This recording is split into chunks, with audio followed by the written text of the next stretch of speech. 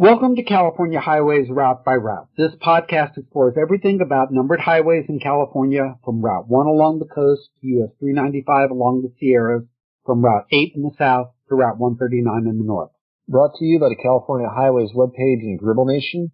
I'm Daniel Fagan. I do the California Highways webpage at cahighways.org. I'm Tom Fear. I'm one of 4 admins on the Gribble Nation highway page. I'm the one usually writing about California. This is episode 1.08, Highway Numbering, U.S. Highway. Last time on California Highways Route by Route, we turned our attention from the history of the state highway system to highway numbering. We explored how California numbers its highways. We started with the internal legislative route numbers. We discussed the signage of state routes in 1934. We discussed how this was impacted by the highway system growth. We discussed the patterns in the original numbering system. We discussed the Great Renumbering in 1964 and how that broke any logic you saw in the numbering. And we discussed the role numbering systems played to the motoring public. We also had a discussion on post miles and how they're used to provide unique addresses along state highways. And I'll say that after that discussion, I've been looking at post miles more, especially when I see our mileage, and I'll go, gee, why is that our mileage? When did they change things? A good example of that is whenever I drive along the 405, right where they rebuilt the Mulholland Highway bridges, there's some R mileage there, and I'm going, they didn't reroute this. This is the original route that they built back then. Why is this R mileage? And you suddenly start looking at that after you've listened to that episode. In this episode, we'll be looking at the numbering for the U.S. routes. This is the second episode of a 4-part miniseries exploring that issue. In the first episode, we explored the state highways, which are the green highway spades. In this episode, we look at the U.S. routes, how they are numbered, and how they get those numbers.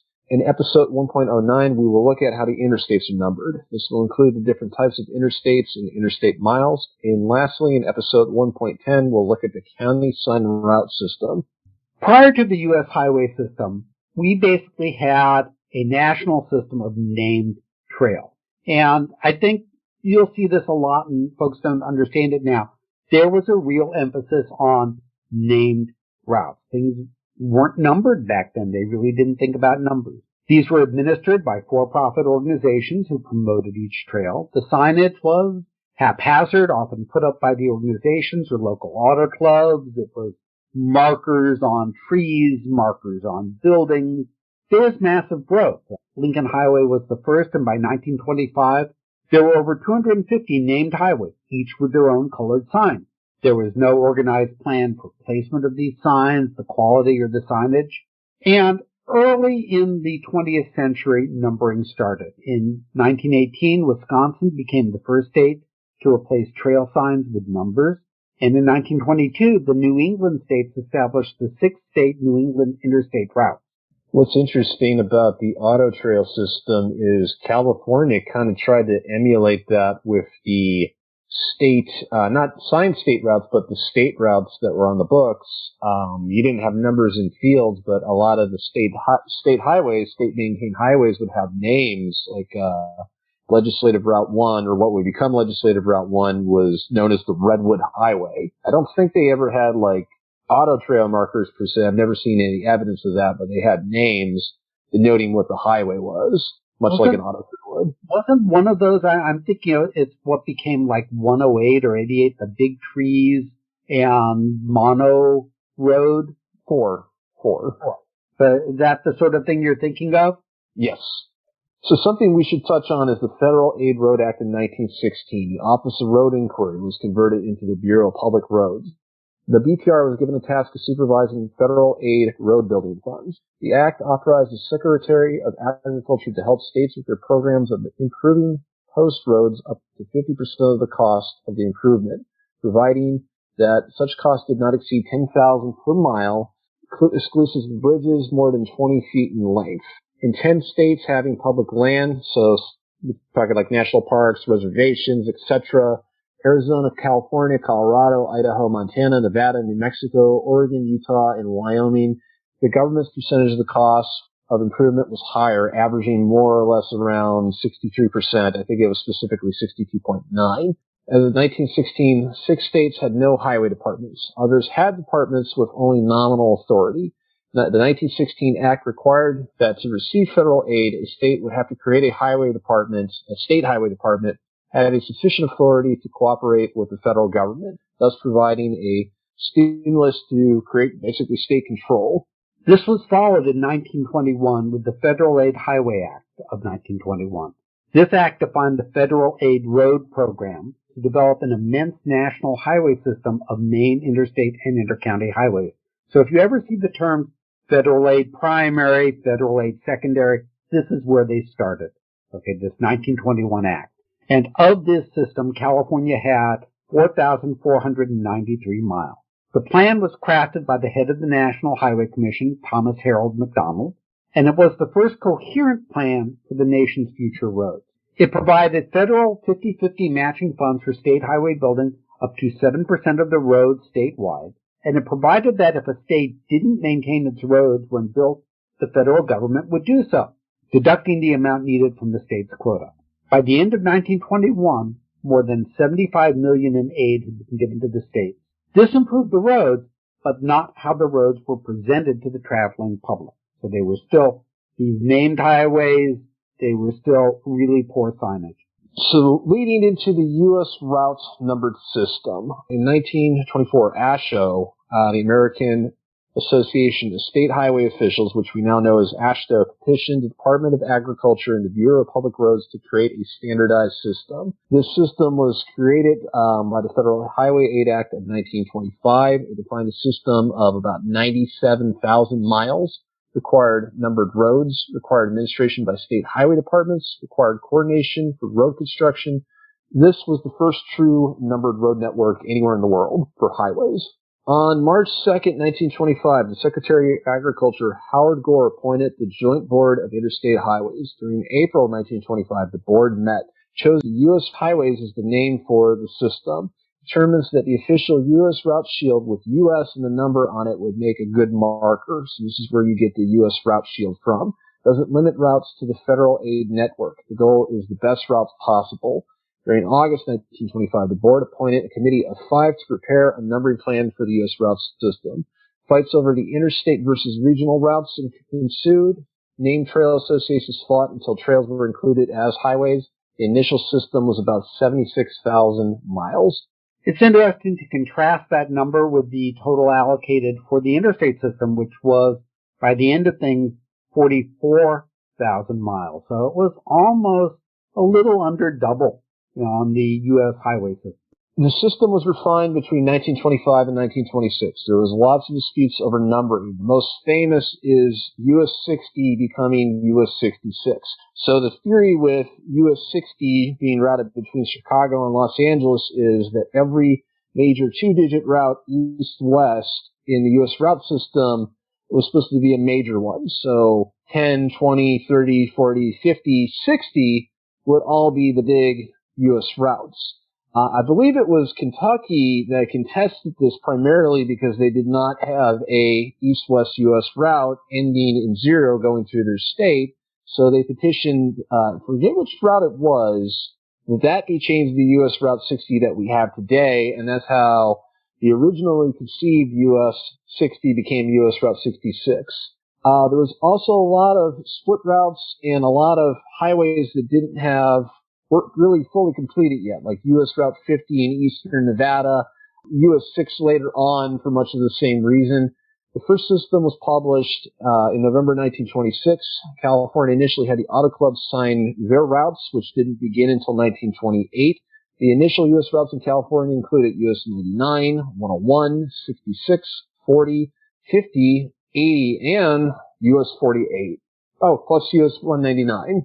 So, how are U.S. routes numbered? The initial numbering system was the following. Radial, these are the routes that go north-south, were odd numbers. U.S. 99 is a good example of that. Laterals, the ones that go east and west, were even numbers. So U.S. 40, U.S. 80, US 2 across the top of the country. The 3-digit routes are secondary offshoots from the 2-digit routes, 399, 466, and the leading digit was assigned sequentially. There was really no other meaning to that leading digit. There was no notion of this is a loop, this is a spur. They were just sequentially. They could be repeated in states.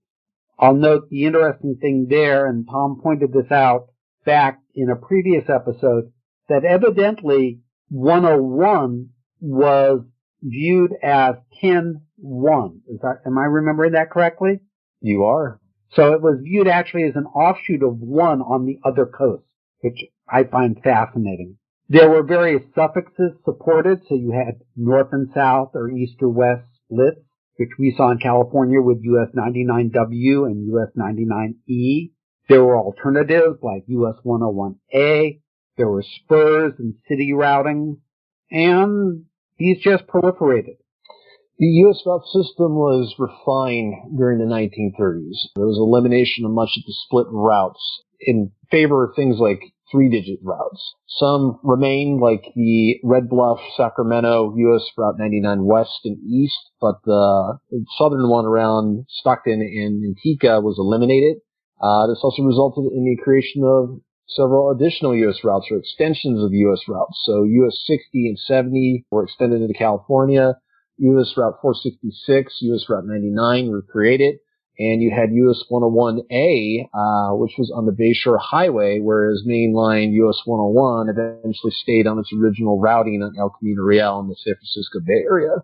Was there ever a variation of US 101 that took the Oakland side of the bay? There was. It was US 101E. I don't think that you hear much about US 101E. No, much of that ended up becoming California State Route 17. The interstates changed things more. So when the interstates came online in 1956, the U.S. system declined.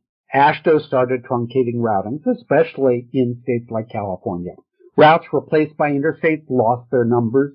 The remaining routes had to be interstate or over 200 miles within the state. Routes remaining in California were all interstate. So when they truncated stuff in California, anything remaining as a U.S. highway was an interstate. And many of the former routes were renumbered or downgraded. So, well, let's look at this briefly. If you're looking at the East Coast, a lot of those states are smaller, and so routes remained because they were interstate routes. California is a big state. There weren't that many routes remaining that were over 200 miles.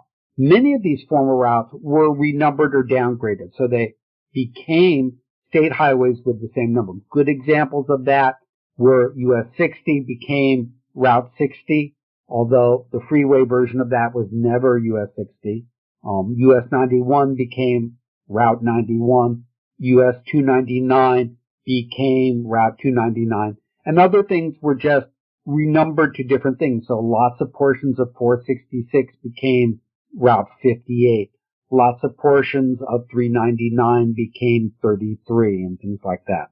What's interesting about the lead up to a lot of the truncations of U.S. routes, around 1958, you could see in the AASHTO meeting minutes that there was an attempt by the Division of Highways to get some of those interstate numbers changed so they didn't duplicate the U.S. routes. So I always thought that was kind of interesting that in 1958 that was a point of contention to preserve those U.S. route numbers not being duplicated. So kind of interesting to think if things had been slightly different, we might have a lot more U.S. routes still around in California. Well, this was the whole thing where the Department of Highways was trying to get things like 280, I think, was going to be Interstate 3 and things like that. Yes. And what's funny is that would have duplicated state highway numbers. Yes, they were willing to throw away pretty much almost every state highway number except one, which is very interesting to think. That was even back in the 1950s, that was the golden goose of the state highway system. Across the country, in California, U.S. highways are a minor thing now. They're not really anywhere near as important as they would be compared to the East Coast. In other states, they're very significant. Like when I was growing up in Michigan, U.S. routes were just as important as the interstates. New U.S. routes are still created today, but they're not anywhere near the standards of interstates, and they kind of tend to be secondary corridors, and they're given some strange numbers as of late. So you have like 163, which is nowhere near grid compliant, or you have like 400, 412, 425. Approval still goes through AASHTO, who enforces the numbering plan, so you still have to, if you're a state highway department, you still have to submit an application to AASHTO, and if you're involving several states, everyone has to be in agreement and submit concurring applications. Yeah, I see that. My daughter's out in Wisconsin, in Madison, and you see there's a lot of U.S. highways in that area in Wisconsin, and just one or two interstates, and that's about it. Yeah, when I was in high school, MDOT was talking seriously about truncating US 27 out of the state, and at the time that was a big thing. And for some context, most of it was duplicated quite a bit with Interstate 69 south of Lansing. But a lot of people north of Lansing still use that route, and it ended up that US 127 got extended because of that, because people still wanted that corridor to be a U.S. route.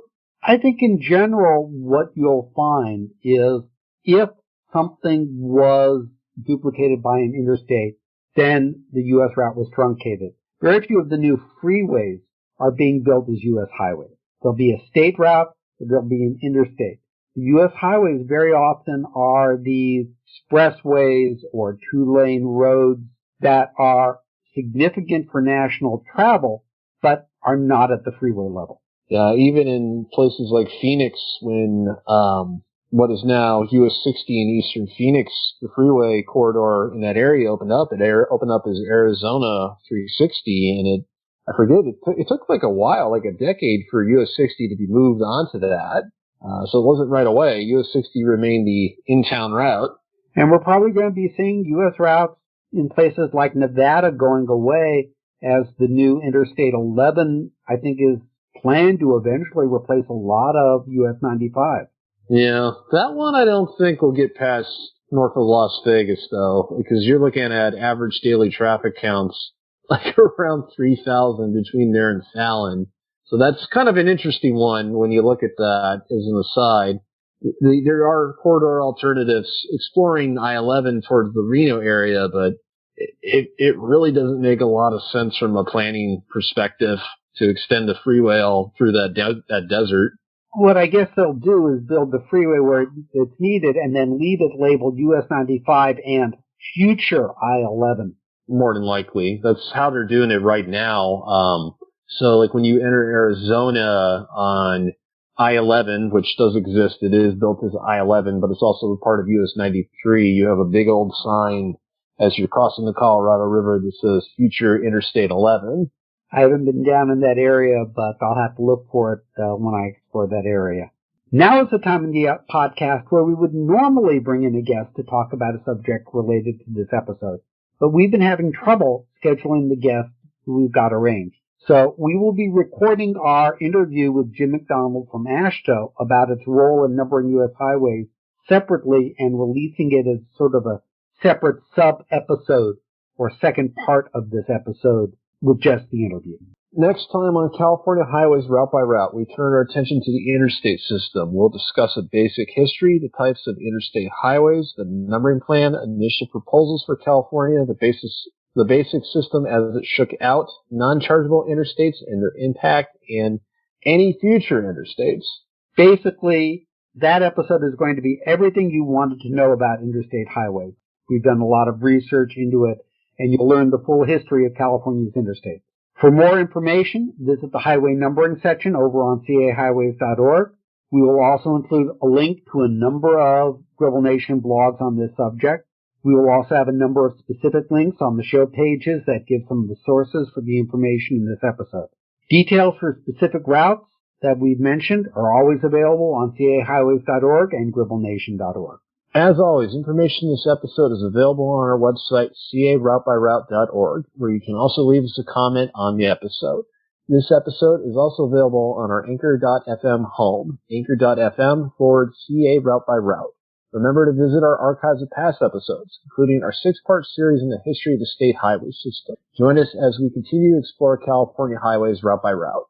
This episode was written by Daniel Fagan and Tom Fearer. It was edited and produced by Daniel Fagan. Our opening theme is "I'd Like to Be by the Seaside" by John H. Glover Kind. If you have an opening theme you think might be good for our show and is either in the public domain or you'll let us use for free, please contact me at daniel@caroutbyroute.org. We record our episodes using freeconferencecall.com. This podcast is a product of California Highways at cahighways.org and Gribble Nation at gribblnation.org. Tom, do you have any closing thoughts on the U.S. highway system and its numbering and its impact in California? I think it kind of tended to be one of these things in California that I get the gist that looking back to the 1950s era when the Division of Highways could not resolve the numbering duplications, it might have been assumed that the U.S. route system might have kind of gone the way eventually like the auto trails, like it would not have retained much importance. And I would probably say that across the country that really hasn't held to be true, especially out east or in states like Nevada. The U.S. route system certainly does still have a more limited purpose than it had before the interstates.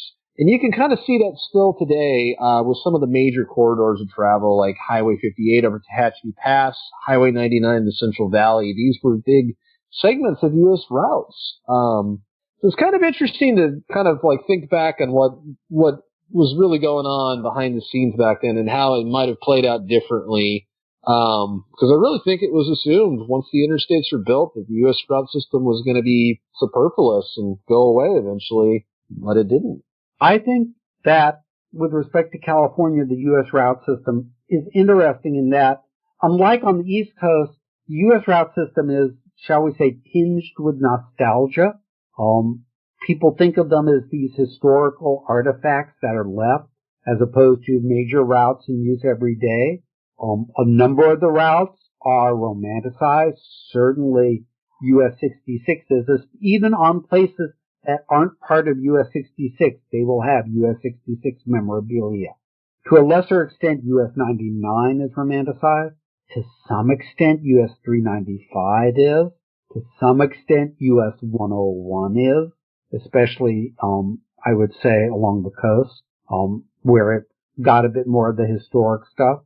And of course, US 40 and US 50 are romanticized, but more for their Lincoln Highway Association, I think, than their US Route Association. Other routes, people don't even remember, I think, that they were US routes. People don't romanticize US 91, even though it was the route to Vegas. People don't romanticize 399. People don't romanticize 466 as much. I think it's fun to drive these routes and look for evidence of their history on these ones that are forgotten. You've said a number of times it's really neat to drive 399 and look at some of the WPA stuff in the tunnels that were built. And it's the same thing true along 101 to look for some of that. So I think it's an interesting contrast. So a big part of what I do on Gribble Nation is I look for old highway alignments. It's always been kind of something I've been very, very interested in. And the U.S. route system, especially out west, this has a lot of that nostalgic element to it where you can go places and they still look like they're from the 1950s because essentially they were left untouched or barely touched after the interstates were built. So it's kind of interesting, like out here, it's not really the true living system like you would see out like in Florida, for example.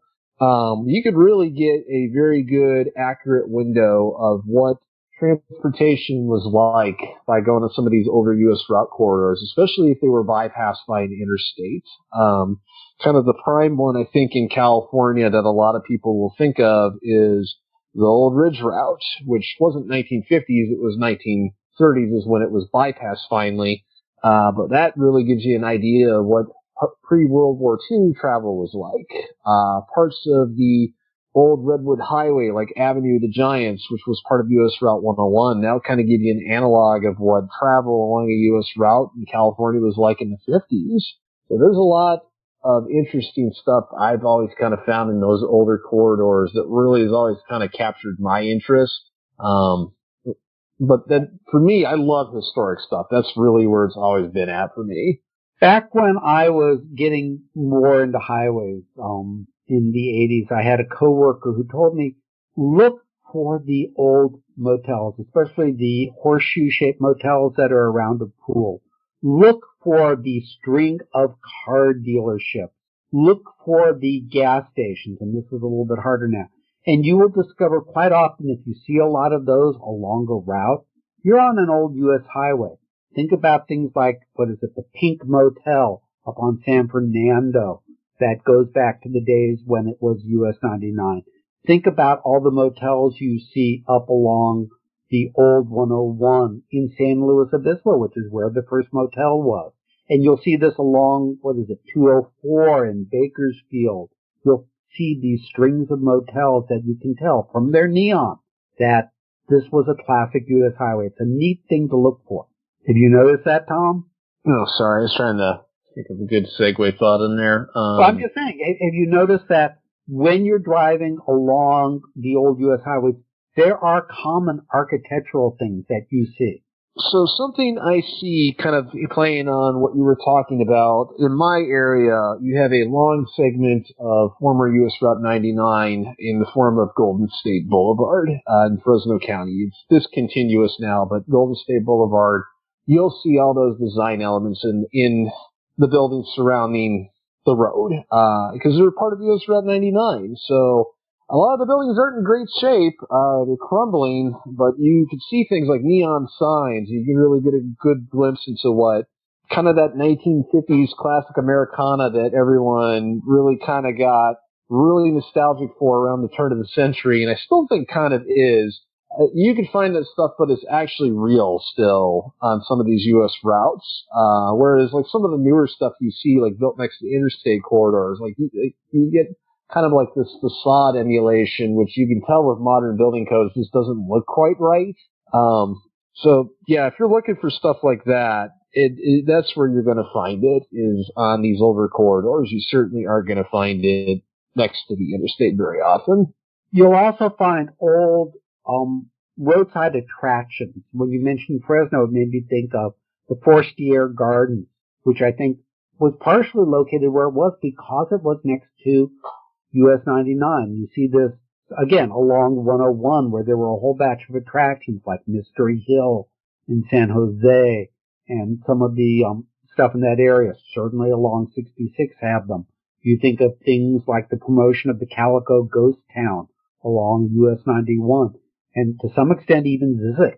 Yeah, around here, the Palm and Pine, which is actually in the median of the Route 99 freeway in southern Madera County, that has a really big following, because it was part of US Route 99, and it was more or less a halfway point in the state along the highway, or at least that's what it's thought to be. Nobody's really 100% sure, but that's been preserved even in like the modern freeway, which is more or less a 50-0 freeway.